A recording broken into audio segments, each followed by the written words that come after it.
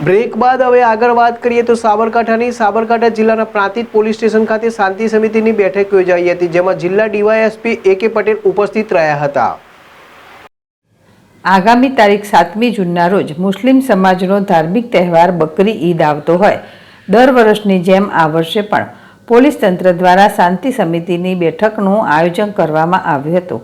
આ તબક્કે સાબરકાંઠા જિલ્લા પોલીસ વિભાગના ડીવાયએસપી AK પટેલની વિશિષ્ટ ઉપસ્થિતિ રહી હતી। પ્રાંતિજ PI RR દેસાઈ દ્વારા બોલાવેલ આ બેઠકમાં નગરના આગેવાનો, હિન્દુ મુસ્લિમ સમાજના અગ્રણીઓ, વેપારીઓ તેમજ સ્થાનિક સ્વરાજ્ય સંસ્થાના પદાધિકારીઓ ઉપસ્થિત રહ્યા હતા। ડીવાયએસપી AK પટેલે તેમની આગવી શૈલીમાં જણાવ્યું હતું કે દરેક ધાર્મિક તહેવારોની ઉજવણી ખૂબ જ શાંતિપૂર્ણ માહોલમાં ઉજવાય તે ઇચ્છનીય છે। વધુમાં તેમણે જણાવ્યું હતું કે પોલીસની ગેરહાજરીમાં પણ દરેક તહેવારો ધામધૂમથી ઉજવાય તેવી અમારી ભાવના છે। કાયદો અને વ્યવસ્થા જાળવવા પોલીસ તંત્ર હંમેશા જાગૃત છે, પરંતુ તેમાં ગામના આગેવાનો અને નાગરિકોનો સહયોગ જરૂરી છે। PI RR દેસાઈએ પણ આ પ્રસંગે જરૂરી સૂચનો કર્યા હતા।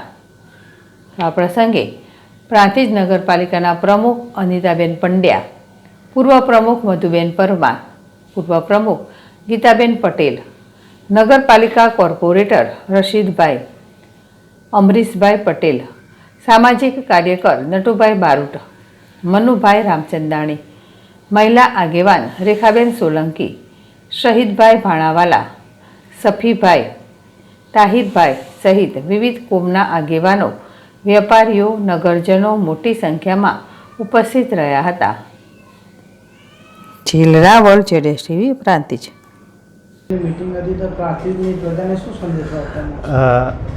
સાબરકાંઠા જિલ્લાના પ્રાંતિજ પોલીસ સ્ટેશન વિસ્તારમાં આગામી બકરી ઈદના તહેવાર અનુસંધાને હિન્દુ મુસ્લિમ આગેવાનોની મિટિંગ લેવામાં આવેલી અને એ મિટિંગમાં દરેક ધર્મના પ્રજાજનોને એ અપીલ કરેલી કે મુસ્લિમ ધર્મનો જે બકરી ઈદનો તહેવાર છે 7 તારીખ એ શાંતિપૂર્ણ રીતે ઉજવાય અને કંઈ પણ નાની હકીકત જાણવા મળે અથવા કંઈ પણ નાનો બનાવ બને તો એના ઉપર અફવા ઉપર ધ્યાન નહીં રાખવું અને પોલીસ તંત્રને મદદરૂપ થવું તથા પોલીસ તંત્રને એ બાબતે માહિતગાર કરવું।